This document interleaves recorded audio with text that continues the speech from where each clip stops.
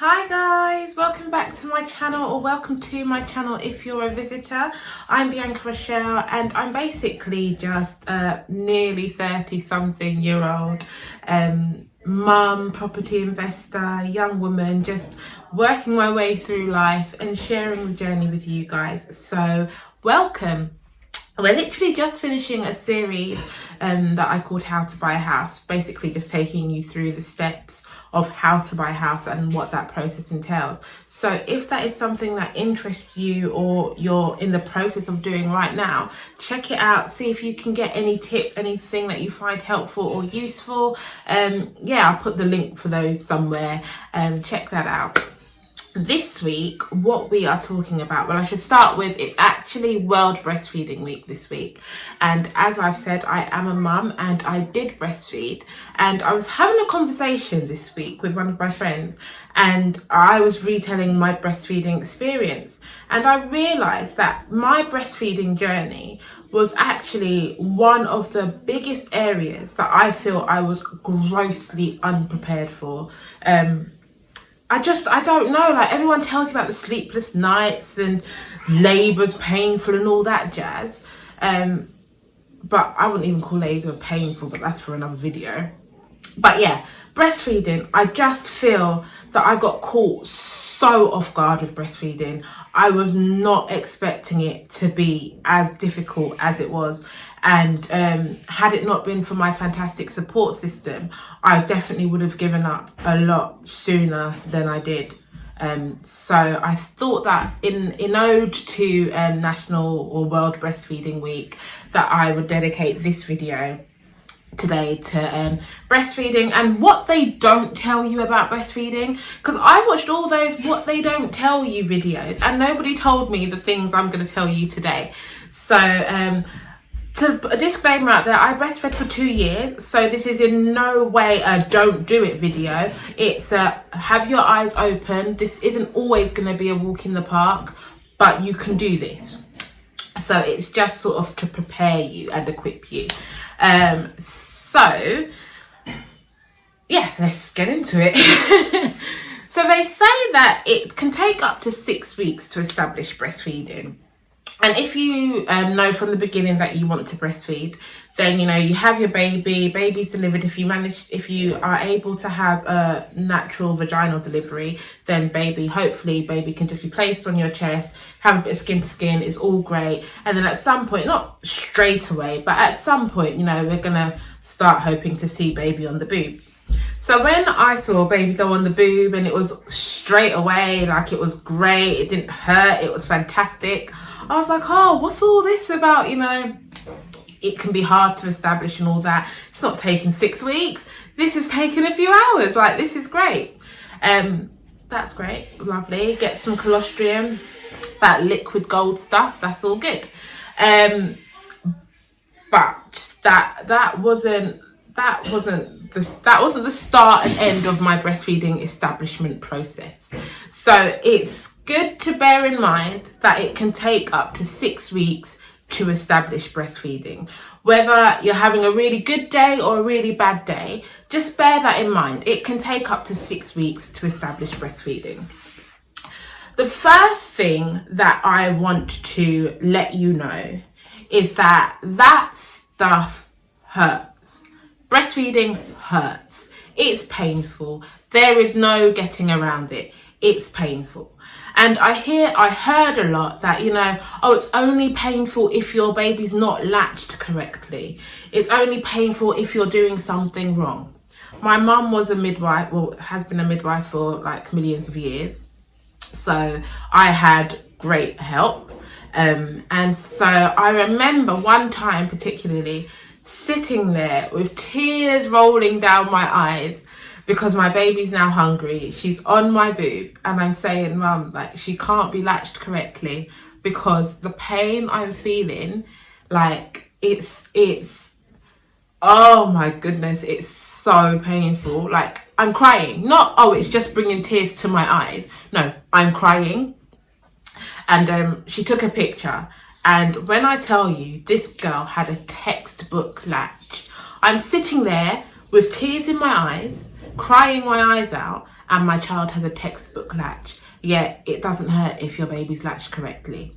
So that's a lie. Sometimes it does hurt when your baby's latched correctly. It's just part of the process. I wouldn't say ignore pain. Like, do what I do. Make sure your baby is latched correctly. And if you don't have like a really experienced midwife to hand, there are breastfeeding cafes, there are lactation expert specialists who can come to you. They do cost a lot of money, or I'm sure they vary, but there are cafes that are free. So, you know, Google it, look for places, get some help. Do not suffer in silence. But yes, it does hurt. Cluster feeding. Now, this is something that I had never heard of, didn't know what it was. But cluster feeding is basically when your baby, your newborn, feeds back to back to back to back to back to back. It's just a lot of feeds back to back. Now, this can happen when they're a bit older as well, and it's sort of like just comfort and wanting to go to sleep and things like that. But when I first experienced it, we were still in hospital, so it's probably about like day 2 or night 2. And I remember that I had visitors. So I had visitors like from the evening, say it was like 5 o'clock, and I was feeding the baby. And then the next set of visitors, I was feeding the baby. And then like, you know, there were a few little cuddles, but basically she came back and went straight on the boob. And then I think either the third set or by the time everybody had gone home, I realised I was still feeding the baby. And then that night, I remember just looking at my partner like, you're sleeping. Why are we still awake? Why is this child still on my boob? What is going on? Like, is she okay? Is anything coming out? What is happening? So like, it was quite an odd night. At this point, I don't think it was that painful at this point. I think it was after that night it started to get a bit painful. But at that point, I remember saying to the midwives the next day, like, something was wrong. She didn't get off my boob. Like, she was on my boob for ages, like for the whole night. And they were like, oh yeah, cluster feeding. And I was like, what? Like, so nobody could have warned me. Nobody could tell me that my baby was going to be on my boob for like a solid 12 hours. Nobody could tell me that. Thanks, guys. So I'm telling you that cluster feeding is a real thing. It happens, and it also, because what you'll learn is that your breastfeeding journey is like supply and demand. The more demand there is, the more supply there is. So especially in those early days when you've just had baby, your milk hasn't actually come in yet. So you've just got that colostrum, like that really thick, I think it's like a yellowy. It's just brilliant, really high in nutrients, really great for the baby. But that stuff isn't your actual milk. And so when your baby's cluster feeding, that also helps your milk come in. And so it happens, it's real. Your baby isn't crazy. Your baby isn't just a hungry baby. Your baby is just doing what it needs to do for the milk to come in. And that takes me on to my next point, when the milk comes in. I think I remember hearing things about, you know, put cabbage in your boobs, but I never really quite understood like why, or never really paid it much mind. But when your milk comes in, sometimes, and I'm not generalizing, saying it's for every single person, but sometimes your boobs can go rock hard, as in they feel like bullets. Like, you feel like how I imagine it would feel to have a boob job. A lot of pain, discomfort, and just rock hard boobs. This is your milk coming in. They're filling up. It's coming in with the gold, the good stuff, or the gold. Yeah. I personally, now I don't really remember this, but I remember going to a friend who not long had a baby, and she was saying, "Be like my boobs," and so I remember feeling them and just being like, "Whoa, that's a lot." They were just like, they were rock hard. And so there were a few things that you can do. And so this is what we did. And I remember these being done to me. So I don't necessarily remember the rock hardness, but I do remember the remedies. So warm flannels or warm towels, like basically hot water, plain water in, like, soak your flannel or your towel in that hot water and just rest it on your boob, and then massage. I'm actually giving you the actions, but massage your boob. That should help, like, loosen things up, get things going. And also, like I said, cabbage leaves, for some reason they help. Like, I never personally tried it, but the particular friend I was talking about tried it, and it actually helped with her as well. So yeah, cabbage leaves, warm water, massages, just to try and get some comfort. Yeah, so then another thing that they don't tell you about breastfeeding, or they didn't tell me, is that milk is gold. And yeah, we hear that, like liquid gold. We hear that, you know, breastfeeding for the baby is really good. But breast milk also has a lot of healing qualities. So when, like, my daughter Elsa would develop like a mild rash, I would put my breast milk on it, like expressed breast milk. Or sometimes I just squirt it on her. But yeah, I would put that on her. And when my nipples cracked, because they cracked, I would also I didn't really get on, like, I bought loads of creams. I bought really expensive creams. I bought just your bog standard creams, but I didn't really use them. What I did use was breast milk. Just literally rubbing some of my expressed milk on the cracked areas. Yeah, that is really good. And I didn't know that. That was my mum who just told me, like, when we saw a rash coming up on Elsa, my mum was like, oh, let's try some of your breast milk. I was like, are you all right? Why? And then she explained to me that no, it has actually got really good healing qualities as well. So that's something I didn't know, which is good to know. And as I just mentioned there, another thing that you hear of but you don't really take seriously is the cracked nipples.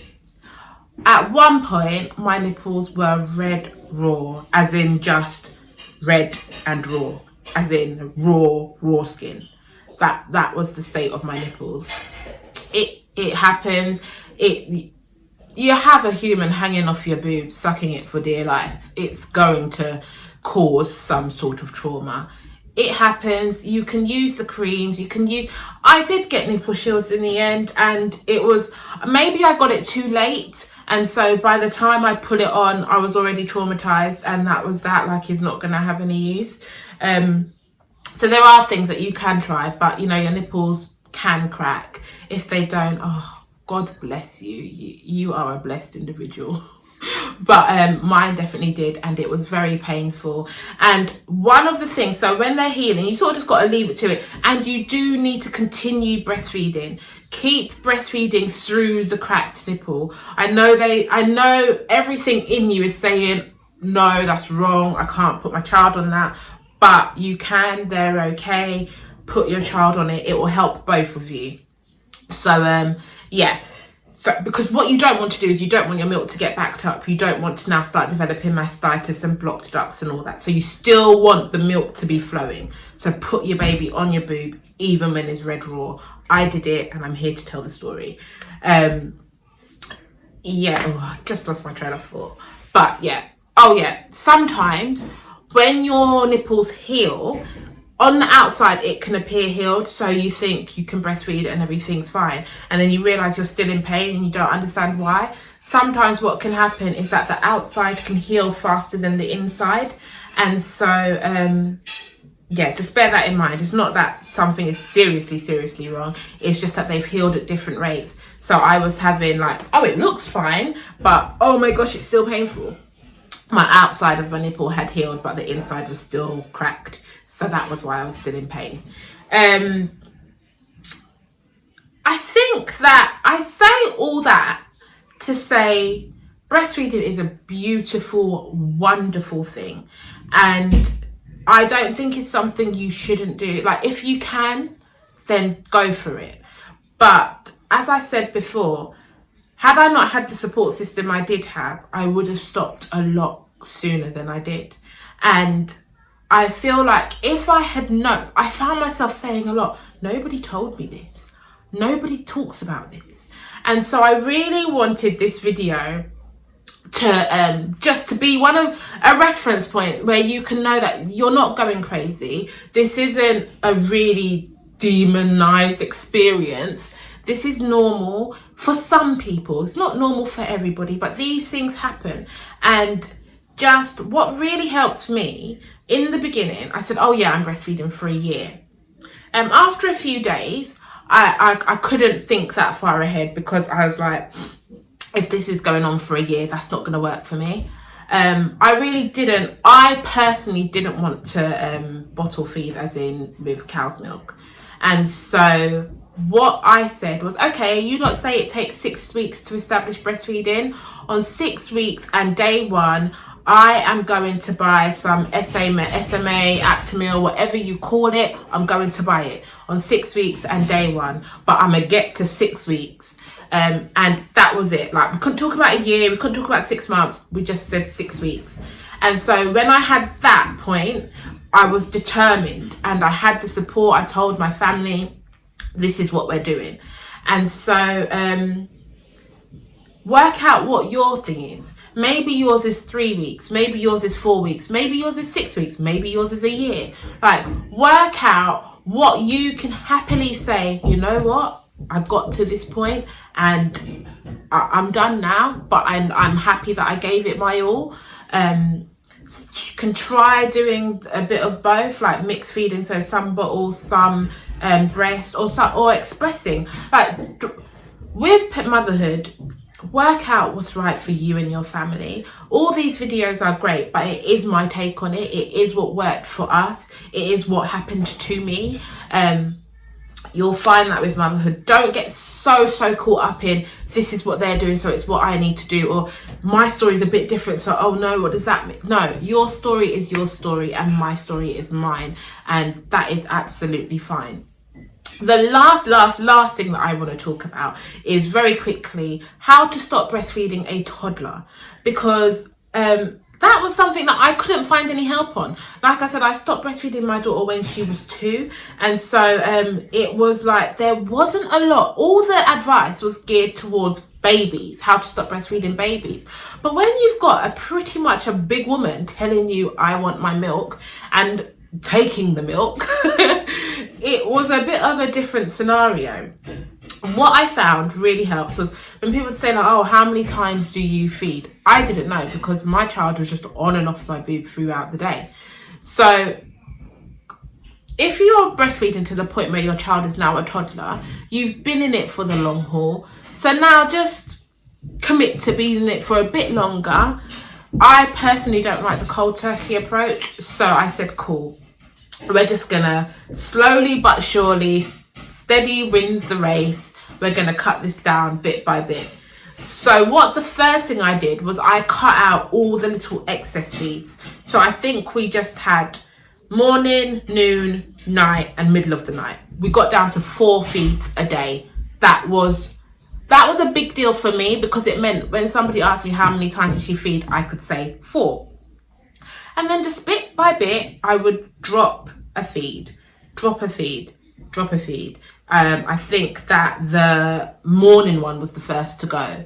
Then the middle of the night one went. And then I can't remember what went after that. But just bit by bit, until I think she was only having it to go to sleep. We was only having a bedtime feed. And then that one went as well. On the 2nd of March, I remember the date, the 2nd of March was our last feed. I think the process all in all took about 3 or so months.